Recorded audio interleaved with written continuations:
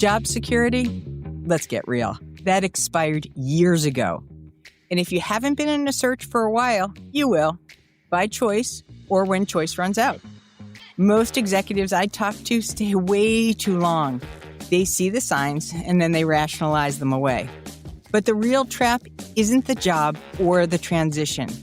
It's this faulty belief that what comes next has to be worse. So screw that. I built this show for you and for other executives who want more but aren't sure how to get there. Let's start with this. You already know that the old rules don't work. The resume, just a piece of paper, and the recycled advice, more noise. This is Career Blast and a Half for executives over 40 who want smarter moves, faster wins, and zero wasted motion. I'm Lauren Greif, and I've spent my career helping leaders like you land where they belong, on purpose, with power, more earnings, and without apology. So let's go. Where is the differentiator or the lanes between influence, power, and status? Where do we think that they are one and the same? And where do they need to be broken apart? They're all conceptually distinct. Influence is going to be an effect on our audience. So we are going to get our audience to do something that we want them to do. Power and status are sources of influence. They're not the only sources, but they are sources. Power is controlling resources that people value. If I hold the car keys and I have a teenager who wants to borrow the car, holding the car keys is the valued resource. And because I hold the valued resource, I have some influence. So I can set some ground rules and I say, I want you to do this. I want you to do that. Call me when you get here. I only want you to be out till this late. I can be influential. And the only reason he's likely to listen to me is because I'm holding the valued resource. So they're separate, but that's how power can be a source of influence. You at work or in your life can get other people to do what you want them to do. Why? Because you're holding something they value. And they understand if they don't do what you want, they're not going to get the thing that they really care about. Hey. I have a question for you, dear listener. Did you ever think that in order to be a badass, you also had to be a B word? Like you could not be a badass and also have people like you at the same time? That's what I used to think. That's what I thought long before I got my hands on this here book that you probably can't see right now called Likable Badass. And the subtitle for this book is so good. How women get the success that they deserve. And we are so fortunate today to have the author of this book, Alison Fragale, PhD and literal thought leader in this space, here as our guest. And so Alison, I don't even know what to say. Like, I'm like super gushy, not because like I think you're like on some kind of pedestal, but just because you put words to so many things that I think us as women are conflicted about, right? Because I didn't understand any of this until I understood it clearly from this book. So thank you. And please just like, come on board. Come and say something. Thank you. Well, I'm so glad this brought us together. It's brought me into contact with so many amazing women. So I love all of it. So we're going to get into this thing about the book, right? But before you had this book, right, you were still moving and shaking and doing your thing. And I'm curious, like, what was the moment or the kind of come to Jesus, like, signal that said, there is something here that people need to know about. Like these two things that seem to be fighting each other, they need to come together. Like they need to be put into a new framework. What was the moment that kicked that off? Yeah, there wasn't a single moment, but what there was just an evolution of serving women. That really, I think, is the turning point. The book was based on a lot of my research that I have been doing for a long time. But what happened is, like many people do, I existed in worlds that were majority men. So, I had an industry career, but I eventually become a professor, a business school professor, organizational psychologist.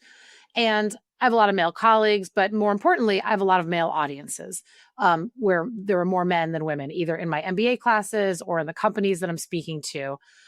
But there's always people after an event, a public event like that will come up to you and want to speak to you one-on-one. They'll form their little line at the podium to talk to you. And I always noticed that that line always had more women in it than it did men. And I think it was for two reasons. One, that women were struggling with things that their male colleagues weren't struggling with. And I was one of the few people they saw that looked like them. So they thought maybe Alison will know and I'll ask her. So I started giving a lot of podium coaching to women based on my expertise, which is behavioral science, and helping women think about, okay, well, if this is true in psychology, how could we use this truth to help us get better results for whatever it is that you're struggling with, right? Whether it's being recognized, promoted, having your voice heard, balancing your life, whatever it is. And so I started doing that. And then from there, I started developing content that was specifically designed to try to reach women. But every single time I would do an event like that, I would speak to a woman, there would just be this overwhelming, like, where have you been all my life? Thank you. This is what I needed to know. And I thought, we aren't doing a very good job of disseminating information that psychologists do know in ways that women could use that would help them live their best lives. So that's what I became committed to doing and looking for audiences of women to serve. And then the book was just the next evolution, the next step in that to say, how do I reach people that I might never sit in my class? How do I reach people who might never sit in one of my programs? And the likable badass, which we can unpack, where that really comes from is the science of my work and many other people about what we know about how human beings form judgments of other human beings and trying to help people understand what that is so that you can control it. So I want you to go back to your little podium coachings like setup, or even the afterwards where you're doing the handshaking and all that kind of stuff. What were some of the things that were consistently showing up as those themes? What were they asking you that the male attendees were not? Yeah, well, they were asking me a lot about how do you negotiate an influence effectively? Why? Because that's a topic that I have spoken about for 20 years. So when I'm telling people to negotiate influence, they start thinking, okay, well, where am I trying to do that and struggling? Where do I feel like I lack confidence to do that? So a lot of those questions were really about how do I get more power? Generally at work, how do I get promoted? How do I get paid? A lot of people wanted me to wanted me to talk to them about their upcoming performance review when they're going to go in and they're going to negotiate for something. So that was the flavor. But underlying that, a lot of the advice I was giving had to do with this topic that I've spent a lot of time researching, which is status. And that is what women were essentially saying in all different kinds of words was, I often confront audiences, whether it's my boss, my clients, my coworkers, who don't really value me all that much. And therefore, I'm not getting anywhere with them. And I said, that makes sense, right? If your audience doesn't value you, it's going to be pretty hard to be influential. I mean, that once you say it like that, it's painful when it's you. But when you say it, you're like, oh yeah, that's probably true. Yeah, I'm not very influenced by people I don't respect. So I won't influence them either. So those were the nature of it. A lot of about how do I move up in my career and why am I not moving up? And partly out of answering those questions, that's where I realized that there were gaps, even in my own teaching of the things that I was teaching people to do wasn't helping everybody, particularly women, but not only women, realize that they might have some additional things that they absolutely could do and could control, but I was giving incomplete advice. Okay. You just totally set yourself up beautifully for this next question. Oh, okay. I love it. You just put an on-ramp together Okay. that was like, I'm going to celebrate. I'm here for it. Okay. So now they're asking you all these questions, many of which you just broke down. And you said, I want to have more influence. I want to have more power. I want to get seen as somebody who is going to generate, more in by way of my compensation. Where does these two where is the differentiator or the lanes between influence, power, you guys can't see me, and status? Where do we think that they are one and the same? And where do they need to be broken apart?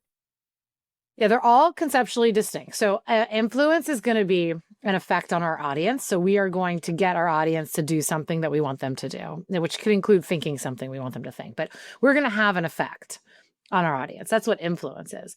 Power and status are sources of influence. They're not the only sources, but they are sources. Meaning, if what is power? Power is controlling resources that people value. So if I hold the car keys and I have a teenager who wants to borrow the car, holding the car keys is the valued resource. And because I hold the valued resource, I have some influence. So I can set some ground rules and I say, I want you to do this. I want you to do that. I want you to, call me when you get here. I only want you to be out till this late. Oh, by the way, you need to clean the house before you go, et cetera, et cetera. So I can be influential. And the only reason he's likely to listen to me is because I'm holding the valued resource. So they're separate, but that's how power can be a source of influence. You at work or in your life can get other people to do what you want them to do. Why? Because you're holding something they value. And they understand if they don't do what you want, they're not going to get the thing that they really care about. So wait, I just want to ask you something. Yeah. Like, I appreciate the great metaphor with your teenager, but now I want you to take this into the corporate world and bring it to the audience who is like in that position. Either they are in a job search and they're interviewing, either they are, they've been held back from a promotion. Where is this power in this scenario? Yeah. Where does that apply? Yeah. So the influence, is what you want the person to do. I want you to hire me. I want you to give me a good performance evaluation. I want you to give me the raise. That's what you're trying to do, how you're trying to be influential. And then who has the ability to give that to you or not? So if I know lots of like hiring is a good example where people will want to talk to me about, well, who at the end of the day actually has the say over whether I get hired? Is it the person sitting in the interview? Maybe, maybe not. Is it the person I'm ultimately going to work for, who may not be the person interviewing me right now, but they're going to have the say? So the person who can say, yes, you get the job, whoever that is, they have the authority to say, yes, we're taking you. That is the person that has the power in that situation. And obviously, if you know that person has the power, then, and you want to influence them, it's going to affect how you show up because you want them to give you this valued thing. If you control the budget, if you can get someone the raise, if you can give someone the good performance review or the bad one, these are all different resources that we control at work that other people want. You control the information flow. And when you have these things, then you have power. And as a result, people might be more likely to do what you say. You're influential. Why? Because they want the resource that you hold. So that's the relationship. Okay. And then there's also, let's just say it, the dark side of power, right? So now you have this power, but what I love is that you kind of pulled the wool off of it. Yeah, that's really good that you have the power, but it doesn't mean people actually like or respect you. Well, that's right. So that's where you get this third variable, which I haven't answered yet, which is what is the status thing and where does that come in? And status is how much you're respected and valued by other people. It can be a source. It is a source of influence. If I really respect you, I do really respect you. I really respect you. And therefore, you're going to give me some advice. And you're going to say, here, Allison, here's what you need to do on insert the topic. Oh, I'm going to start a podcast, which I'm, by the way, never doing. But, and I say, and Lauren says, okay, let me tell you how to do it. And I respect what you've done. I'm going to listen to you. So you're influential, not because you have any control over what I do with my podcast. You don't have any power over me, but I respect your expertise, your opinion. I value you. And therefore, when you talk, I'm going to listen. So being well respected, even if you don't control stuff, is a huge source of influence. And you can think about at work, there are people who you value their advice. So, I think about staff people that I've worked with or an administrative assistant who has no authority over me whatsoever, but they know how things work. And if I ask them a question, how do I get X done? And they say, here's what you need to do. If you want to, get this expenditure approved, if you want to schedule this class, whatever you want to do. And they say, let me tell you how it's done. I would follow their advice. They'd be influential because I'd say they know what they're doing. And that's what status is. And they're both really, really, really valuable. Typically we talk a lot more about power, about controlling things, about being in charge. We know what that looks like. we know what status is too, but we don't have a label for it as clearly. Um, and as a result, we often don't understand the relationship between them. So a lot of that podium coaching I was doing for women was helping them understand that resources follow respect. What I mean Mm, by that is, if you want someone to give you whatever the resource is, you want them to give you the job, they want them to hire you. You want them to give you the money to go spend on your initiative. If someone's going to do that voluntarily, they're going to give you the resources. They're much more likely to give you those resources if they respect that you're going to use them well, and they're going to benefit from it. okay. Wait, I have like a 7. Like, I mean, Yeah, I'm do going it. to like go stop this right now because I got to ask you a very loaded question. Yeah. Now you're in a job search, like, right? Where does the respect come from before the resources to hire you? You're in the job market. You're not necessarily in a company. And where doesn't it come from? So, okay, well, I'll answer this question for very generally, and then we can talk about it in the context of a job search. Where does respect come from? Is a great question. When people decide, do they respect another human being? Those judgments are not random. The judgments you make about other people are not random. That's where the title of the book, Likable Badass, comes in. Is it catchy? I think so, but it's not just catchy. It represents the two dimensions that our brains pay attention to when we decide, do I respect you? There are two things we value.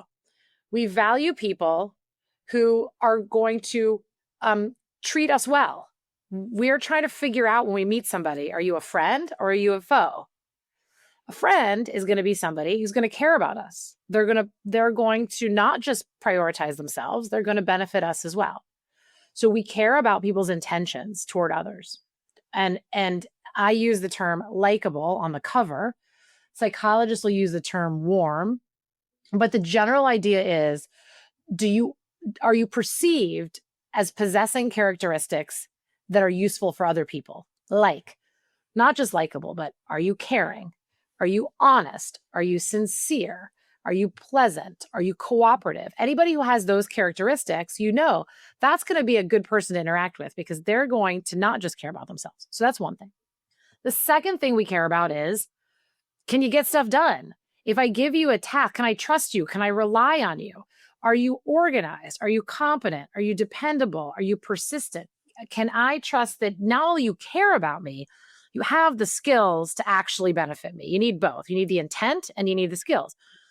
And when I believe a person has the skills and the intent to make my life better, I respect that and I value it. So we don't like self-interested people, and we don't really like bumbling, incompetent people, because even if their heart's in the right place, they can't do anything for us. So Right. we need both. And so that's what we respect. So going back to it, and so badass was my catchy term for that, a dimension of assertiveness or capability. So anytime someone shows up in your world and they convince your brain, this is a person that knows what they're doing and cares about people other than themselves, your brain will say, okay, I like that person. I value that person. In a job search, there's a lot of things that we can pay attention to. The beauty of respect and the double-edged sword of respect is that how easy it is for it to be, for you to shape it. So sometimes you might do something careless and people draw a lot of conclusions about that.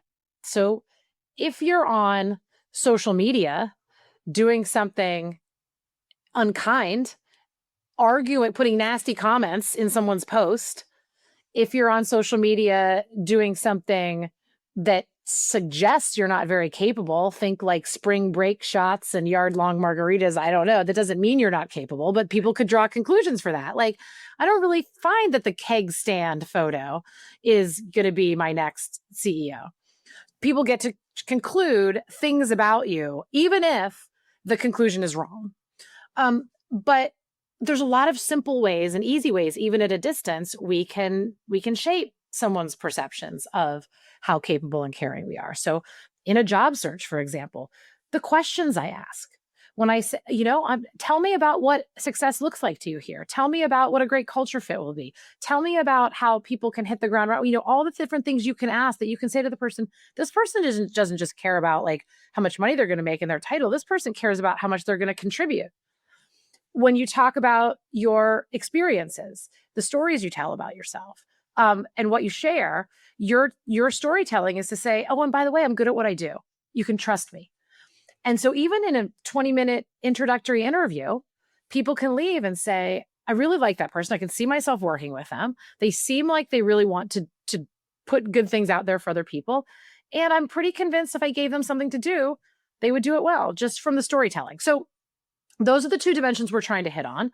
And we get to, as people get to know us better, they can update their opinions. But even in short interactions, if you start to think about these two dimensions now and you start to observe them, you go to a coffee shop and you end up like in a long line talking to somebody for 5 or 6 minutes, and you'd be surprised, right? What conclusions you've already drawn by the end of a couple of minutes of conversation, just from how that person has talked about themselves and talked to you, and how they've ordered their coffee and how polite they were when they, interacted with the person, and all of that. Your brain is taking it all in, and your brain is saying, okay, I think I know what it's going to be like. Even if I'm wrong, I think I know what it's going to be like to work with that person, how capable and how caring they're going to be. So I just want to refresh. So these two things that we're talking about, likability, and what we'll hear and what you'll read when you get the book, is this idea of being warm or likable, warm and assertive. There's these two things are also other ways of saying likable and competent. And so I think that it's very, very important that you hear, first of all, they're not that much of a high bar, right? Like these two things are not like, overwhelmingly difficult. But I think that it is also a great way to diffuse down or distill down into the areas that you want to really be reinforcing for its own inherent truth, but also to find ways that you may not have necessarily identified on the surface where you can leverage them. There's nothing wrong with that. That is not being manipulative or anything. You're just actually pulling out more goodness from yourself. And that is not, by the way, a bunch of keywords. That's actually you, right? That's you in all your glory. It's in all your interactions. I know we talked a lot about how this plays out in interview settings, but I also want to say, yeah, and don't overlook the networking opportunities either, because networking opportunities that tell people those same things, warmth and assertion, also earn more referrals, right? How could they not? 100%. And I always, on that note, yeah, I mean, I tell people the best time to build your status is when you don't need it. So, right when you don't need anything from somebody, you can have this very natural human interaction where you can show up as very warm and assertive, very likable and badass. As soon as you start to then think, I'm doing that because I now need you to really respect me, you still can. People can show up cold in an interview where they are a complete stranger and they can do a masterful job in a short period of time, developing a relationship and bringing somebody on board. But you can do an even better job if walking into that room, that person has already interacted with you, heard of you, has a positive opinion, etc. And a lot of that is involved in playing the long game, which is doing easy things day in and day out that don't derail your day, that say, you know what, I never know who I'm going to need, right? I mean, I'm at the coffee shop. Again, I'm thinking that because I'm drinking this latte right now, which is making me very happy. But like, you'd think like, okay, what would I possibly need like my barista for? You're like nothing, except for this coffee. But then something happens, right? That you can't foresee, where, it wouldn't be out of the realm of possibility that my 9-year-old said, I want to have my next birthday party at the Starbucks. And next thing you know, there I am. She hasn't asked for that yet, but again, she likes Starbucks. And there I am. I have to go in for an influence attempt I hadn't anticipated and say, hey, barista that I've talked to week in and week out getting my coffee, now I need a favor or some advice from you. How would I bring like 29-year-olds in here into the store and do a party? And so I'm only that idea only came to me because I'm currently drinking my latte. But the idea is we don't know necessarily what we'll need in the future, who we'll interact with, who might be able to help us out, who we might be able to help. And casting a really broad net in your networking piece is important. And I always think that people tend to skip it when they're content. Like, I'm happy where I am right now. I don't need networking. I say, no, that's exactly when you should be doing it, when you're content, because then it's joyous, it's fun, it's authentic, and it is setting yourself up for a future that you do not understand yet. But that when it occurs, you are going to need to lean on your network in a new way, and you will feel well positioned to do it because you have created a group of people who really respect and value you and who are excited to find ways to help you and make you happy. Yeah, this is always a tricky one for me, not the concept that you shared, but the idea of playing the long game around this, right? Because at least in a lot of situations, we become very reactive or become very transactional too, right? Like, and then we think networking is icky, but networking isn't icky if you haven't done the pre-work before the networking. It does feel ickier because that trust bank is not necessarily as deep as it would be if you had been doing it when you didn't need it, right? That's right. So a couple other things that always kind of like park some good questions for me with respect to likable badasses. And I am also always very sensitive of whatever the climate is. And so now we are in, fourth quarter, we're in an election year, and this isn't a political discussion by any means, but where are some potential hotspots that could show up in either your likability or your assertion? So if you are pro XYZ, does that put any kind of influence over your likability if you are taking a hard stand on something? Or is that something that people respect because you have a backbone? How do those two things kind of marry each other when there are tough calls or decisions to be made? You have to let go of a department. That's not necessarily likable, but it's assertive. How do those kind of uncomfortable situations get to not necessarily win a popularity contest, but come out so that you are not negatively impacting your overall status? Yeah. So I'll give a couple of answers to this. They're not different answers, but just ways to think. One is that regardless of whether you're in a tough situation or not, a question that once people are aware of these two dimensions, is I say, anytime you're showing up in front of another human being, to take a pause and ask yourself, what can I do in this moment that will help me show up as both assertive and warm? So, and if you do that, and you can find a way to do that, you might be able to take an action, even a tough one, without losing respect.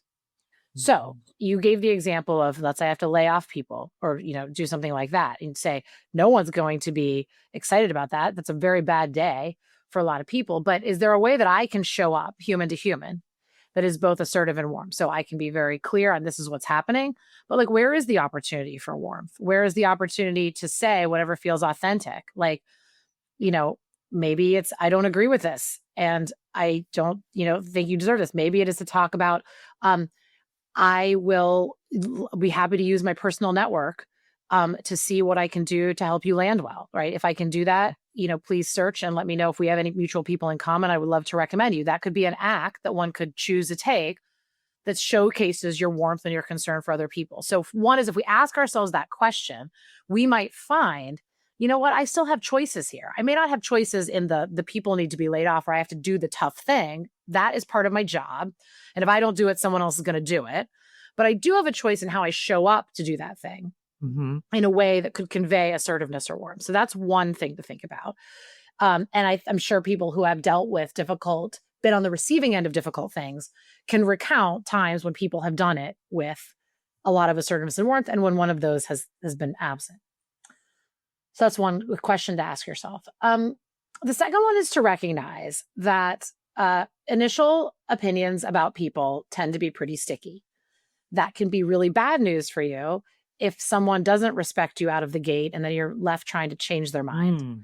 But if you already have their respect, it is also good news for you, meaning that there are going to be moments when people that you respect, they don't show up as their best selves, but you don't completely downgrade your opinion of them.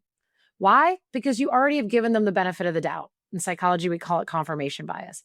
So we can have the luxury of, once we have the respect, acting to the contrary without people saying, I've written you off, forget it, I no longer respect you. So that's the second thing, is you maybe not have to worry about it as much as you fear in your head. And the third one is, yeah, there are times when you might have to take an action, and the result of that action is people see you as much less likable or less assertive than you were previously. And the question you have to ask yourself is it worth it? And so I do, in the book, walk readers through this idea of starting with longer term end goals and working backward. And in doing so, if you understand what your end goals are, it makes some of the tough decisions today easier. So I in the book, I give an example of my grandmother, which seems perhaps appropriate to share that story here. My maternal grandmother is long deceased, was a very, very, very avid Democratic campaign person in her community. She was, still to this day, one of the staunchest Democrats I've ever met. I am not a very political person, but my grandmother was, and I grew up listening to her. And there was only one right side of this. This was the side the Democrats were on. This is how it's going to be. And she would tell everybody who would listen in a way that I never would, because one, even to the extent I shared her beliefs, I would just not feel like it was worth the risk to my status to go about, offending people, being different from people, telling people what I wanted them to do, et cetera, because that wasn't my dream. And so my grandmother had a very strong vision of what she wanted her future to look like, which was the future was going to be a world in which there were only Democrats, as far as I think my grandmother, and that every elected person would be a Democrat.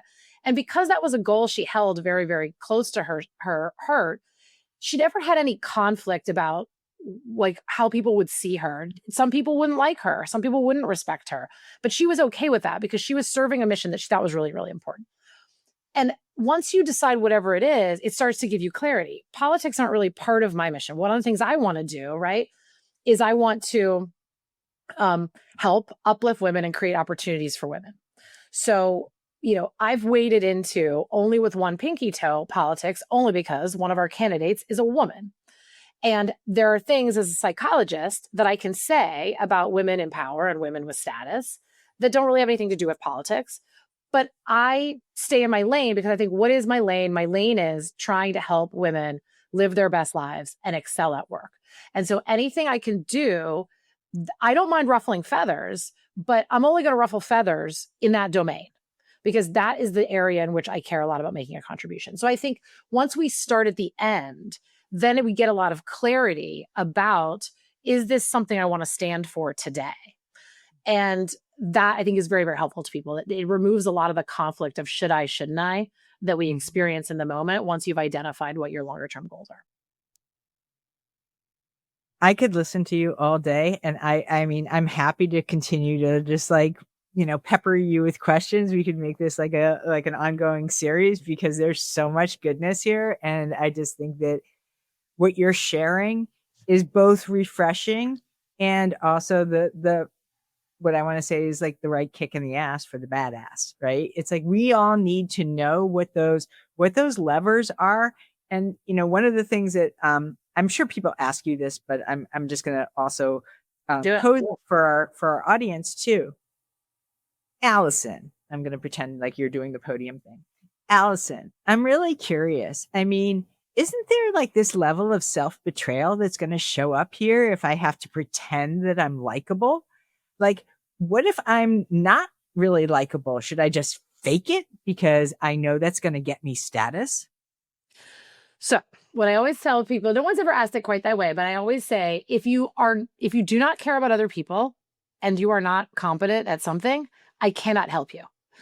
I am only talking to people. My audience is people who do care about other people and are competent at something. And if that's the case, then it's completely authentic because you're telling me you care about people. So figure out how to show it. And you're telling me you're good at something. So figure out how to show it. And so, yeah, if you are inherently an unlikable person who cares only about yourself, then yes, acting likable would be faking it. And that's your choice, but I don't really have a lot of advice for it. So I think what people oftentimes are saying in this is, they have a vision of a version of likability that they think they have to put on. I have to wear pastels or smile or giggle or I have no idea what. And I don't want to do that thing. And there, I think there is true room for authenticity, which is you just need to find some way to convince your audience that you care about people other than yourself. When I recommend we were talking offline and I said, here's somebody on LinkedIn whose posts I think you would really enjoy following and they would have benefit to your life, right? As in the moment that I say that, you're like, oh, Alison was offering something to make my life better. Alison cares about people. I didn't do anything except drop a name that I knew. But so there's lots of different ways to do that. That's not smiling or wearing pink or anything. That's just saying, hey, I learned about what you're interested in, and this might have value to you. So thinking about your unique way to do it. And that's where authenticity meets strategy, which is I do care and I do know certain things. And so how can I use the things I know to benefit other people? And when I do that, I am authentically showing up in a very strategic way because it's showing my audience that I care about their outcomes and I have value to add to their lives. And again, as soon as we believe that, we keep coming back to those people again and again. We want more from them because we respect them and we value them. All right. Well, you put all those pieces into place. You created a flywheel and a loop so that we could actually see where all of these things are not only interconnected, but how they build momentum. And I am just delighted. Alison, I mean, I could give away the coordinates, but I think you would be better at it. Where could we find you? Where should people go to get the book? What should they do when they want to hire you as a keynote speaker? What should we do? Like, what if I want to take a class with you? Yeah. Okay. So the one-stop shop to be my friend is my website, AlisonFragale.com. When you go there, you can get every retailer's link to buy the book. You can buy the book anywhere you like buying books. It's everywhere. You can see information about me as a speaker, but then there are 3 ways to stay connected with me to see content. One is I do have a newsletter that I publish through Substack. It's free. And so you can sign up for it. It's called The Upper Hand, Behavioral Science to Help Women Excel. You can get there through my website. I'm on LinkedIn, which is how I think that's how we became to know each other, right? LinkedIn brings a lot of the best people together. And then more recently, but I am on there daily, is I'm on Instagram.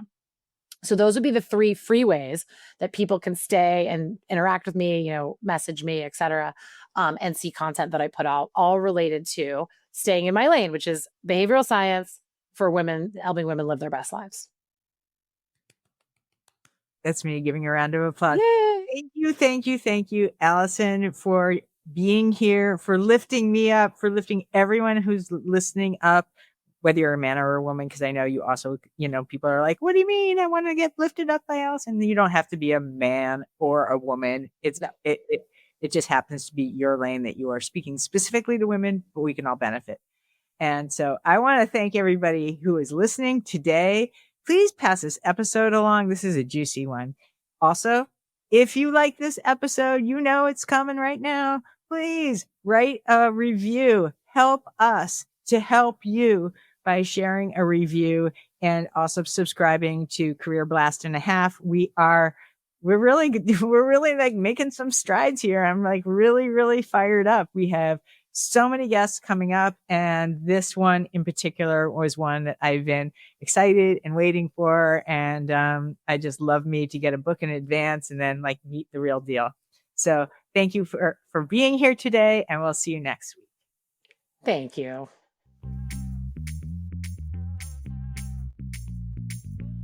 Thank you for joining today. We appreciate your listening ears.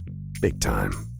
We ask this: use these tools, not tomorrow, right now, and share them by spreading the love, leaving us a rating and subscribe so you don't miss the next Career Blast in a Half.